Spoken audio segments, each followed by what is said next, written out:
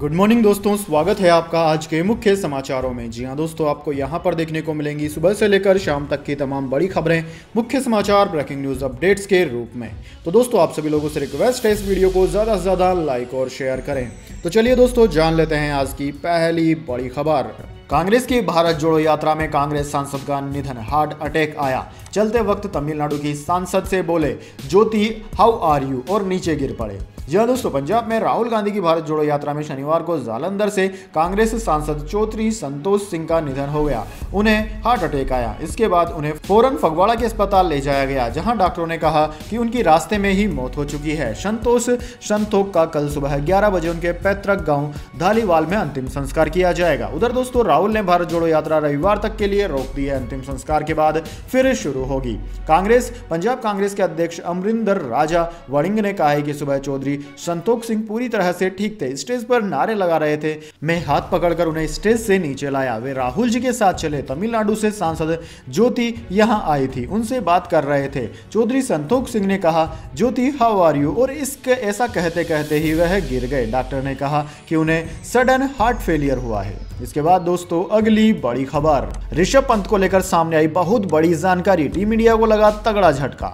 जी हां दोस्तों, team India के star wicketkeeper Rishabh Pant car accident के बाद मुंबई के अस्पताल में हैं, जहां उनका इलाज चल रहा है। वह पिछले महीने दिल्ली से अपने घर रुड़की जाते वक्त भयंकर सड़क हादसे का शिकार हो गए थे। अब उन्हें लेकर एक बड़ी जानकारी सामने आई है। पंत के फैंस को इससे बड़ा झटका लग सकता है। दरअसल दोस्तों, 25 साल के पंत कार एक्सीडेंट के बाद मुंबई के अस्पताल में इलाज करा रहे हैं। अब एक रिपोर्ट में दावा किया जा रहा है कि वह साल 2023 में ज्यादातर वक्त क्रिकेट मैदान से दूर ही रहेंगे। इससे टीम इंडिया को बड़ा झटका लगा है। दरअसल दोस्तों, इस साल 2 आईसीसी टूर्नामेंट भी होने हैं, वर्ल्ड टेस्ट चैंपियनशिप और वनडे वर्ल्ड कप। इतना ही नहीं, वह आईपीएल में भी नहीं खेल पाएंगे। इसके बाद दोस्तों, अगली बड़ी खबर। देश दुनिया में कोरोना का खतरा। चीन में 35 दिनों में 60,000 मौतें, 64% आबादी हुई संक्रमित। जी हां दोस्तों, चीन में कोरोना के मामले बढ़ने के साथ ही भारत, जापान और अमेरिका जैसे देशों में भी नई लहर का खतरा मंडराने लगा है। इसी बीच चीन ने जीरो कोविड पॉलिसी हटाने के बाद पहली बार कोरोना से हुई मौतों का आधिकारिक आंकड़ा जारी किया। चीन की हेल्थ मिनिस्ट्री के मुताबिक 8 दिसंबर से 12 जनवरी तक 60,000 लोगों की मौत हुई। मरने वाले ज्यादातर लोगों की उम्र 65 साल से ज्यादा थी। इधर दोस्तों, चीन की पेकिंग यूनिवर्सिटी की रिसर्च के मुताबिक 11 जनवरी तक देश की 64% आबादी यानी कि 90 करोड़ लोग संक्रमित हो चुके हैं। इस रिपोर्ट में यह भी कहा गया है कि गांसू प्रांत की 91% आबादी, हैनान प्रांत की 89% आबादी, यूनान की 84% आबादी और किंगहाई प्रांत की 80% आबादी संक्रमित है। इसके बाद दोस्तों, अगली बड़ी खबर। आरबीआई गवर्नर की क्रिप्टो करेंसी पर बैन लगाने की मांग। शक्तिकांत दास ने कहा क्रिप्टो जुआ के अलावा कुछ नहीं, उनकी वैल्यू सिर्फ एक छलावा है। जी हां दोस्तों, रिजर्व बैंक ऑफ इंडिया यानी कि आरबीआई के गवर्नर शक्तिकांत दास ने शुक्रवार को क्रिप्टो करेंसी को छलावा बताया। शक्तिकांत दास ने कहा कि क्रिप्टो जुआ के अलावा कुछ नहीं है और उनकी वैल्यूज सिर्फ एक छलावा है। शक्तिकांत दास ने एक मीडिया कार्यक्रम को संबोधित करते हुए क्रिप्टो पर बैन लगाने का आह्वान किया। उन्होंने कहा कि इसका सपोर्ट करने वाले इसे एसेट और फाइनेंशियल प्रोडक्ट कहते हैं, लेकिन इसमें कोई अंडरलाइंग वैल्यू नहीं है। क्रिप्टो करेंसी के विकास का मुकाबला करने के लिए केंद्रीय बैंक ने हाल ही में पायलट मोड में अपना ई-रुपया का केंद्रीय बैंक डिजिटली मुद्राकरण लॉन्च किया। शक्तिकांत दास ने कहा कि हर एसेट और फाइनेंशियल प्रोडक्ट में कुछ अंडरलाइंग वैल्यू होनी चाहिए, लेकिन क्रिप्टो के मामले में कोई अंडरलाइंग वैल्यू नहीं है। तो बिना किसी अंडरलाइंग वैल्यू के कुछ भी चीज जिसका मूल्य पूरी तरह से विश्वास पर निर्भर है, 100% अटकलों के अलावा और कुछ नहीं है, या इसे बहुत स्पष्ट रूप से कहें तो यह जुआ है। इसके बाद दोस्तों, अगली बड़ी खबर। जहां पकड़े गए आतंकी वहीं मिले डेड बॉडी के टुकड़े।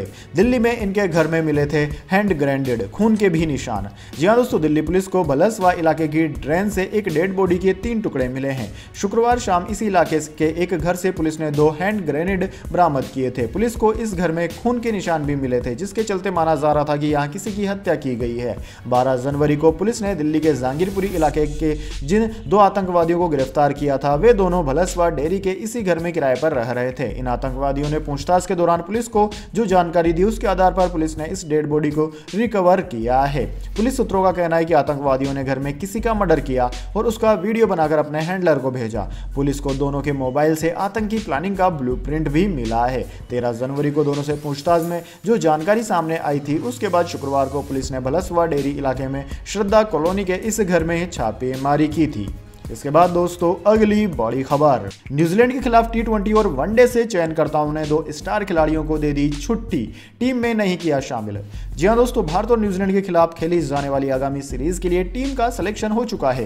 भारत के दौरे पर कीवी टीम पहले वनडे और फिर टी20 सीरीज में खेलेगी। दोनों ही फॉर्मेट में 3-3 मुकाबले खेले जाएंगे। इस सीरीज के लिए चयनकर्ताओं ने जो टीम चुनी है उनमें 2 स्टार खिलाड़ियों के नाम शामिल नहीं है। न्यूजीलैंड के खिलाफ दोनों ही खिलाड़ियों को छुट्टी दे दी गई है। दोस्तों शुक्रवार रात न्यूजीलैंड के खिलाफ खेली जाने वाली टी20 और वनडे सीरीज के लिए टीम की घोषणा की गई। घरेलू क्रिकेट में धमाल मचाने वाले पृथ्वी शॉ को टी20 टीम में शामिल वापसी का मौका दिया है। वहीं निजी कारणों की वजह से छुट्टी की मांग करने वाले 2 स्टार केएल राहुल और अक्षर पटेल को चयनकर्ताओं ने टीम से बाहर रखा। वनडे और टी20 सीरीज की घोषणा करने के साथ खास संदेश में बीसीसीआई ने बताया कि दोनों ही खिलाड़ी पारिवारिक कामों में व्यस्त रहने के कारण टीम चयन के लिए उपलब्ध नहीं है।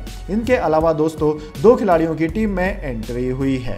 इनमें पृथ्वी शॉ और मुकेश कुमार प्रमुख हैं। इसके बाद दोस्तों अगली बड़ी खबर, मनीष सिसोदिया के घर पर सीबीआई का छापा। दिल्ली के डिप्टी सीएम बोले स्वागत है। जांच एजेंसी ने कहा अफसर सिर्फ कागज लेने गए थे। जी हां दोस्तों, दिल्ली के उप मुख्यमंत्री मनीष सिसोदिया ने शनिवार को ट्विटर पर दावा किया कि सीबीआई ने उनके दफ्तर पर छापा मारा है। उन्होंने टीम का स्वागत किया। इधर जांच एजेंसी ने छापे की बात से इनकार करते हुए कहा कि हमारे अफसर उनके दफ्तर से कुछ कागज लेने गए थे। सिसोदिया ने अपने ट्वीट्स में लिखा कि सीबीआई उनके घर पर पहले भी छापा मार चुकी है, उनके गांव भी पहुंच चुकी है। सीबीआई को उनके खिलाफ ना कुछ मिला है ना कुछ मिलेगा। मनीष सिसोदिया ने कहा कि उन्होंने कुछ गलत नहीं किया है, उन्होंने ईमानदारी से बच्चों की शिक्षा के लिए काम किया है। दोस्तों आपकी जानकारी के लिए बता दें कि दिल्ली के उपराज्यपाल वीके सक्सेना ने कथित आबकारी घोटाले की सीबीआई जांच की सिफारिश की थी। एजेंसी ने सिसोदिया समेत कई लोगों के खिलाफ मामला दर्ज किया है। सीबीआई ने इस केस में सिसोदिया से कई घंटे पूछताछ की थी और उनके आधिकारिक आवास पर छापे भी मारे थे। इसके बाद दोस्तों अगली बड़ी खबर, ऑक्सीजन सपोर्ट पर हैं ललित मोदी। इन बीमारियों से है पीड़ित सुष्मिता सेन के भाई राजीव ने सलामती के लिए मांगी दुआ। जी हां दोस्तों, दुनिया में एक बार फिर कोरोना ने अपने पैर पसारना शुरू कर दिया है। चीन सहित दुनिया के अन्य देशों में भी तेजी से कोरोना के केस बढ़ने लगे हैं। दोस्तों कई बड़े सेलेब्स के कोरोना से संक्रमित होने की खबरें आ चुकी है। इस लिस्ट में अब आईपीएल के पूर्व प्रमुख ललित मोदी का नाम भी जुड़ गया है। जी हां दोस्तों, ललित मोदी कोरोना पॉजिटिव हो गए हैं, जिसकी जानकारी बिजनेसमैन ने शुक्रवार को अपने सोशल मीडिया अकाउंट के जरिए दी। यह दूसरी बार है जब ललित मोदी कोरोना से संक्रमित हो गए हैं। इसके अलावा वह डीप निमोनिया की भी चपेट में हैं। उन्हें अस्पताल में भर्ती कराया गया है। अस्पताल से ललित मोदी की तस्वीर सामने आने के बाद हर किसी को बॉलीवुड अभिनेत्री सुष्मिता सेन के रिएक्शन का इंतजार था, लेकिन अब तक अभिनेत्री की ओर से इस पर कोई प्रतिक्रिया नहीं आई है। हालांकि सुष्मिता के भाई राजीव सेन ने जरूर ललित मोदी के खराब स्वास्थ्य को लेकर चिंता जाहिर की है।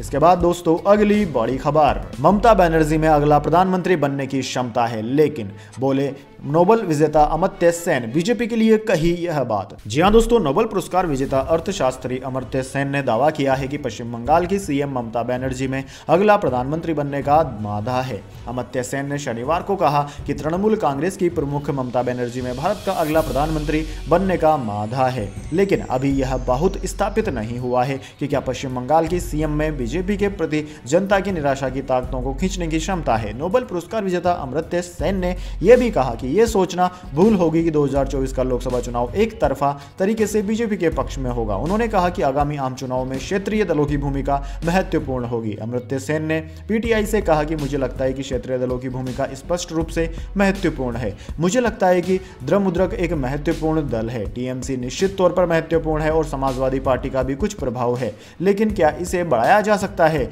यह मुझे नहीं मालूम। इसके बाद दोस्तों अगली बड़ी खबर, पाकिस्तान में आटे के बाद अब दालों ने लगाई लोगों की थाली में आग, बंदरगाह पर फंसे हजारों कंटेनर। जी हां दोस्तों, पाकिस्तान में महंगाई से पूरी तरह प्रभावित लोगों के लिए रसोई का एक और बुनियादी सामान महंगा होना शुरू हो गया है। डॉन अखबार की रिपोर्ट के मुताबिक बैंकों के प्रासंगिक दस्तावेजों के अनुमोदन में देरी के कारण बंदरगाह पर आयातित खेपों की निकासी न होने के कारण दालों की कीमतें बढ़ रही है। कराची होलसेलर्स ग्रोसरी एसोसिएशन के अध्यक्ष रऊफ इब्राहिम ने कहा कि व्यापारियों ने डॉलर की कमी और बैंकों के कारण पिछले 2 महीने से बंदरगाह पर दालों के 6000 से ज्यादा कंटेनरों की निकासी नहीं होने के खिलाफ गुरुवार को स्टेट बैंक के मुख्य कार्यालय के बाहर विरोध प्रदर्शन किया। दोस्तों, कमोडिटी का इंपोर्ट एक्सपोर्ट करने वाले फैजल अनीस मजीद ने डॉन को बताया कि चना दाल का थोक मूल्य 1 जनवरी 2023 को 180 पाकिस्तानी रुपया और 1 दिसंबर 2022 को 170 पाकिस्तानी रुपया से बढ़कर 205 पाकिस्तानी रुपया प्रति किलोग्राम हो गया है। यानी कि दोस्तों, पाकिस्तान में एक और तो आटे के लिए महामारी मची हुई है, वहीं अब दाल भी प्रभावित करने लगी है।